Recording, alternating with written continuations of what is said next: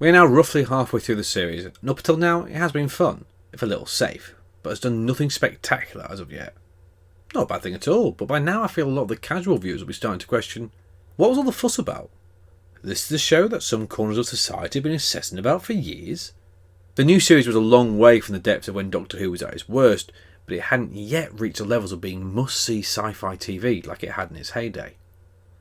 Well, that definitely changed with this episode.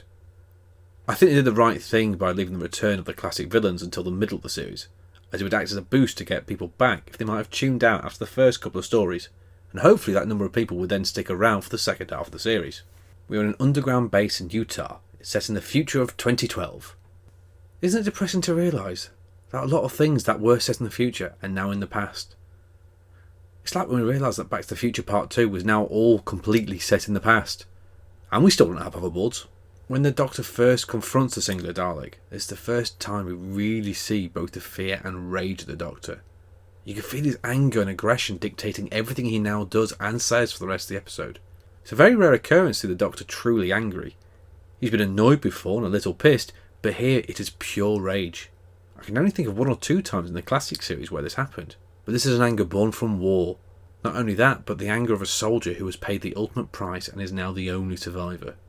We finally learned some solid details of the Time War, that it was between the Time Lords and the Daleks, and that both races were wiped out, leaving just these two survivors. We will be drip-fed more details as the years go by, but here is our first glimpse of what has happened and of the scale of it. It doesn't take long for us to meet the Dalek in the course of the episode, and the exchange between the Doctor and the Dalek are the true highlights of it. All of them with a subtext underneath of how can the show remain relevant today, as both the Doctor and the Dalek are relics of a previous era, both in the story and in the eyes of the British public. The style of how science fiction was presented on television, on film, in books, in any media, had completely changed in the years that the Doctor was in the wilderness, and this episode questions if they should still be here at all. This type of meta-analysis is a hallmark of writer Rob Shearman. This is actually loosely based on an adventure he had done for Big Finish called Jubilee, which also dealt with the Doctor and a lone Dalek in the aftermath of a war.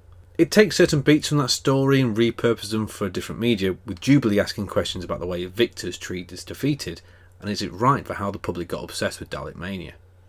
I do highly recommend this story, but it is also a lot darker than its TV counterpart, and I appreciate that that style of storytelling is not for everyone. What this story does excellently is bringing the horror back into the Daleks. For years they have become normalised and a part of everyday life, and they still are really.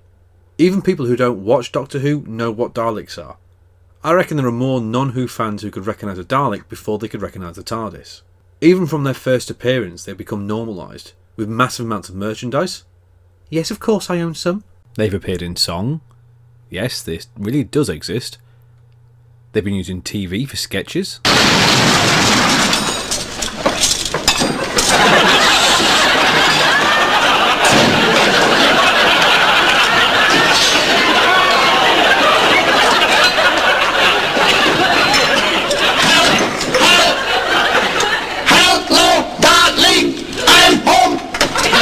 And even when Doctor Who was not on TV anymore, they could still be seen advertising Kit Kats. We love you! Give us a cuddle! Have a break. Have a Kit Kat. Peace and love! By reintroducing them here and showing the devastation and how dangerous just one Dalek can be, it puts the fear back into them. We had never seen this before. We'd always seen how dangerous a large number of them could be, but never one on its own. It makes the audience wonder, if this is how much devastation one Dalek can cause, then what happens when there's an army of them? It also shows beyond a shadow of a doubt that the new showrunners know exactly what they're doing and how to get the show back to its true glory. The episode makes a point of attacking cheap cliché digs that people have thrown at the Daleks for years. It's got a plunger! Well, let's show how that plunger can crush a man's skull. It can only face one way! Well, let's show how it can attack from all sides. It can't get upstairs. Well, if you missed Remembrance of the Daleks in the 80s, which I expect most people did, then let us show you how adaptable this monster can be.